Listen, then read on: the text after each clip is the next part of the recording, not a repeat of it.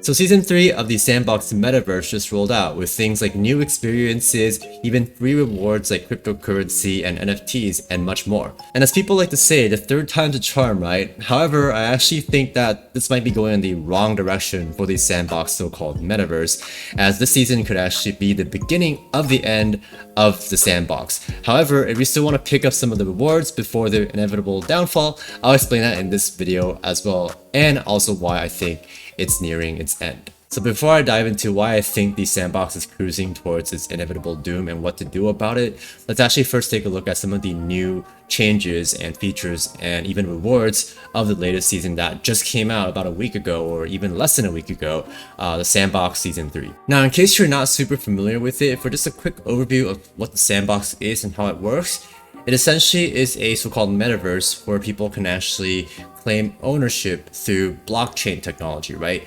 With the so-called Sand token, which is the cryptocurrency token that backs the entire Sandbox metaverse and economy and ecosystem. And essentially what can happen is there are plots of land on the Sandbox, and which can be bought and sold on marketplaces like OpenSea and through the Sandbox website. People can then own multiple plots of land if they purchase them, and then develop those pieces of land with experiences. They can build on it with NFTs, right? These are also bought with like sand tokens and such, and also can be traded. And then people can then pilot avatars within the metaverse on people's land and so on and so forth. By the way, a lot of the land is owned by renowned celebrities, even like Snoop Dogg and Steve Aoki more recently. Some brands also owned different plots of lands, like gaming companies like Atari. The Smurfs is another franchise that owns apparently some plots of land, and so on and so forth. And even like investment banks have been involved. They own land or have invested in them as well, right? And what anybody can do completely for free, provided that they just have the time on their hands to spend, is to go onto these plots of land during any of these alpha seasons and play some of the experiences that these companies and the Sandbox have put out for the general public, and essentially earn free rewards that way, right? Which is the appeal. For example, you can actually go in and not only explore these plots of land and the things that have been built on it, but also complete missions and earn points through that to be able to earn rewards like raffle tickets to enter into lucky draws for NFTs and crypto, and also receive sometimes airdrops of free crypto and the like, should the company actually announce that, right? So diving right into what Season 3 entails for the Sandbox, it's essentially the same as Season 2 in a lot of ways, where the main rewards are, if I just click on play first and then go to a lot of the tabs here, you can click on rewards to check out the rewards. The difference between Season 3 and Season 2 are very minimal, in that the main rewards are still raffle tickets for completing different events and quests within each metaverse area in the game. So if I click on play, you'll see like the world map, right, of the Sandbox, and you'll have different events or different locations and zones that unlock throughout the alpha. They don't unlock all at once. And some of these I already earned points for. So as you can see, I earned like 15 out of 17 EPs for the alpha lobby, which is like the starting zone. And the more EPs you have, if you go to rewards, you actually, once you get a threshold, for example, once you pass 20 EP, which is like experience points, right? If you're familiar with gaming, even though they call it something different, you can get raffle tickets. So once I pass level 1 and enter level 2, I get 30 tickets. If I accrue enough EP to get to 40 EP in this block here, the second one, or level 2, I'll be able to earn 50 tickets, and so on and so forth, right? Initially, I thought it was going to be, I only needed to earn 100 EP in total up here, right, in level 5, but they don't actually add up. So what I mean is, for example, for level 1, I've earned 20, but then for level 2, I have to start over from 0, right, and then earn 40, and then level 3, I have to start from 0 again, and then earn 60. You don't keep the 20 from before and carry it forward to the next level. So I found that a bit misleading, and maybe a tactic to get people's foot in the door, which is what kind of turned me off, and I kind of stopped playing a lot of the events, because I'll get to why in a sec. But essentially for the rewards, you can earn free NFTs if you earn enough raffle tickets and win the lucky draws, right? So earning raffle tickets doesn't guarantee you'll get like an NFT, but that's sort of the best reward that you can get. And the total number of tickets you can earn is 2,500. If you do all the quests, you'll get up to 500 tickets just by leveling up. So according to this leveling like path here, you can get up to 500 tickets. And then we check out some of the other major ways to earn tickets besides the questing leveling path. Is you can also do daily challenges, which makes up another very significant chunk. Some of the other stuff is more like if you played the previous seasons, you'll have a head start, which I did play season 2 and then like the belonging week event. So I get like 300 extra tickets, and if you do season 3 as well, you get 3 extra tickets that go towards future seasons as well, right? So it kind of adds up if you play, you know, all the seasons preceding a new one. But anyhow, for this season specifically, you can also do the daily events. So what you can do, and this is somewhat new compared to season 2, although they did do a bit of this in the previous event, which is the Pride event. But anyhow, if you click on events, the events tab, you'll be able to see what's happening daily. Sometimes they have events or giveaways, contests and such that go on for a few days, which you can also try to participate in. So those are just a few extra avenues to get rewards, as in the giveaways that they host sometimes, right? But essentially what you can also do is go to the daily, or you can just click on all here, right? Or you can click on daily challenge and you'll see what the daily challenge is. For example, this one says complete all quests, typo here, in split personalities Suico, whatever that is. And it says it gives you 5 tickets. So essentially what you can do is, if a daily challenge is active, go into the map and then look for the zone that it specifies. So if we look at the Suico, whatever it's called, let me see if I can find it. I can zoom out a bit. But anyhow, what it is, so as you can see here, basically if I click on the zone, it'll show like the number of quests that you can earn, or the number of points that you can earn on it, and this is 19 points. Worth 19 points, right? If I just hover over it. Basically, what you can do with the daily event active is that you can not only earn the original points that are within the zone without the daily event being active, so you can earn 19 points from it, plus whatever tickets that you earn from the daily event, right? So you're kind of killing 2 birds with 1 stone. If I complete the entire zone, I'll get the 19 points that go towards my reward track over here, so I get experience points, and then I'll get an additional 5 raffle tickets. So this is one way to be a lot more efficient with the number of raffle tickets that you can earn, and just, you know, being more efficient with your time. And as I mentioned earlier, if season 2 was any indication, besides being able to participate in the contests and lucky draw and so on and so forth for crypto and NFT, the Sandbox has also been known to airdrop free sand tokens, which again can be cashed out to anybody who participates in a certain number of events within each season. So in season 2, for example, they actually rewarded every player who completed, I think, got all of the green check marks, completed every zone. They all got 95 sand. And there are some other specific events that rewarded additional sand, but I didn't do those. But anyhow, here as you can see in my account, I have 95 sand, and it's currently worth about $92. Nothing to really write home about, you know, depending on the person, but when I actually got this in season 2, it was actually worth a lot more. Right now, we're sort of in a crypto lull or crypto winter with a lot of the market tanking. But when I got this in season 2, which is a few months ago, this is worth a lot closer to about $300, right? So it's actually deceptively kind of a lot back then for the amount of work that I actually had to put in. So this is just another thing, a potential reward to keep in mind. Although I also have to warn you that they never really announced this beforehand, before they do the airdrops, and thus it's not really guaranteed as a reward for season 3. Now, despite everything I just said, I don't really want to sound too optimistic or hopeful for the Sandbox, but it's still true that there's a very high chance that anybody can actually earn free crypto or NFT rewards based upon the Sandbox, at least, right, for what it's worth. So what I mean by that is you're not going to be earning like mainstream crypto like Bitcoin or Ethereum, but instead sand token, right? Which, to be fair, you can still cash out, right?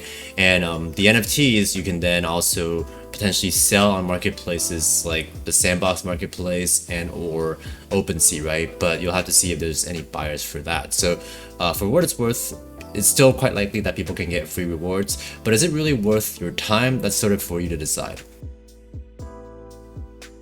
So I did allude to at the beginning of the video why I believe that the Sandbox will ultimately fail as a project and a metaverse, especially in the face of some of the upcoming projects that do look actually promising and having utility that are coming up from major players and large companies, right?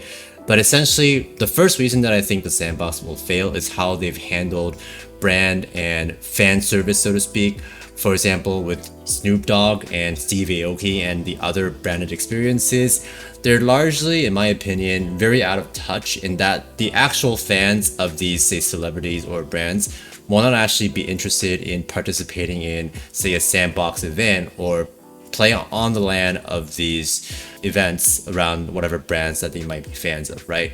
They're actually not really catered to the fans, in my opinion, and are just extremely cringe, to put it nicely. And having played through and explored all these lands and experiences thoroughly and extensively, it really does feel like this is just being done for the sake of advertising the Sandbox and drawing attention to the Sandbox, as opposed to doing it for the sake of the brand and creating good and fun and engaging experiences. And this is sort of a recurring theme that I've seen throughout the Sandbox alphas, having played all the open, alpha seasons that I can get my hands on. I really did not see any significant improvements throughout the seasons, and that's why I'm really losing hope, or one of the reasons I'm really losing hope as well. Now, one could argue that because people like Snoop Dogg and Steve Aoki actually have vested interests in the Sandbox and that they are landowners and could thus benefit from people wanting to enjoy the Sandbox more, there being more hype and buzz around it, right? If the demand for, say, land goes up, the prices of their land will go up, so provided that the supply stays the same. The prices of the land that Snoop Dogg and, say, Steve Aoki own will actually go up, and they could actually, become, say, wealthier as a result, right? So they do have this vested interest to make the projects work, right? But it really just doesn't seem like they are bothering too much with it at all. They're not really, I haven't really heard of, at least, that many like virtual events or anything like that that's being hosted. Maybe in the future we'll see some, but I'll get into why they would actually not be as incentivized to do it in the Sandbox in terms of, say, virtual and digital events, and instead of doing it somewhere else, right? As opposed to doing it somewhere else like Twitch.tv, which Snoop Dogg has been known for, streaming on the platform, right?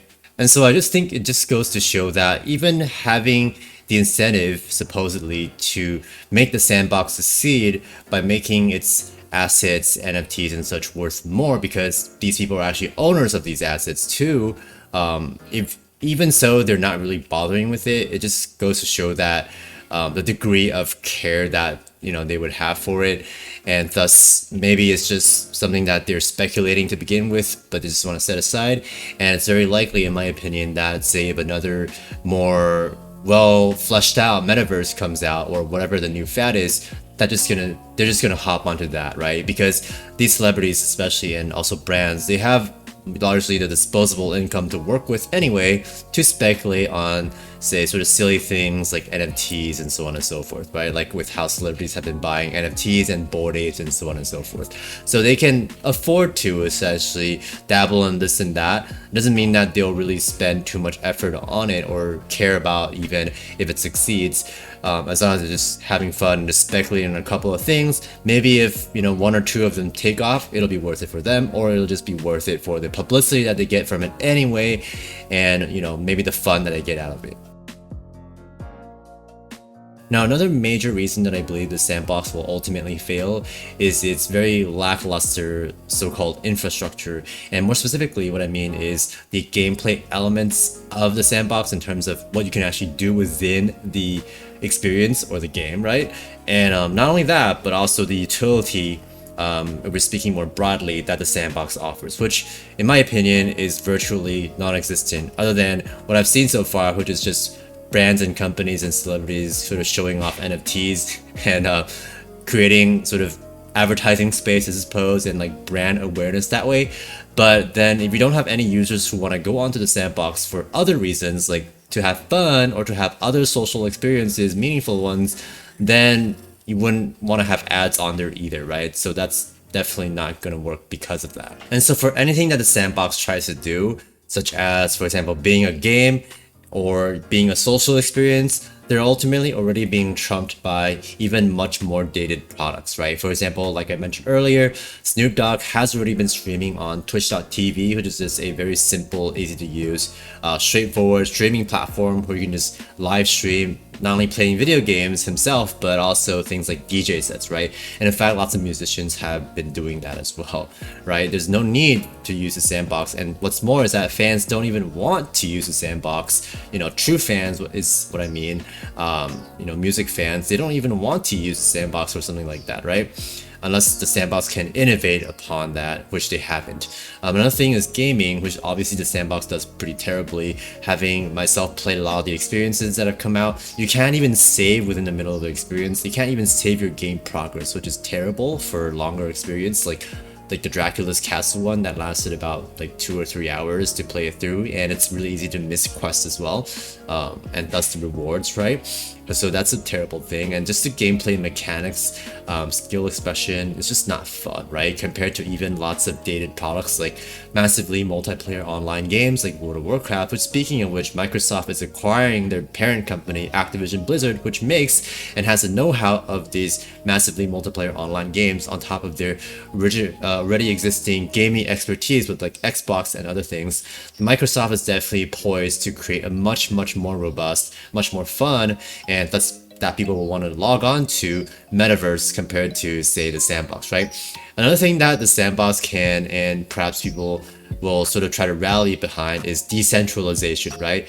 But in my opinion, decentralization doesn't even matter if nobody wants to use the metaverse for what it's intended to do, right? Which is being a social experience, having fun, or even play to earn, or creating experiences for the sandbox. Nothing will matter if you don't have any users who want to use your platform, right? So in my opinion, you want to do the things that you set out to do.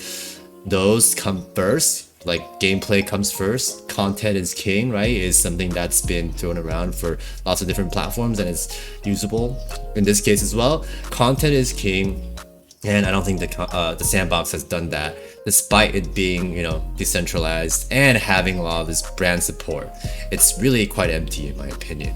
So that's pretty much all I wanted to talk about in today's video. Let me know what you think in the comment section below. You can also go and test out the Sandbox for free and potentially even earn some of these free rewards, right? But in my opinion, you want to get out while you can once you've taken those rewards and maybe cash out, because I actually do think that the Sandbox is bound for failure. Anyhow, let me know what you think. Thank you so much for watching this video, and I will see you in the next video. Peace.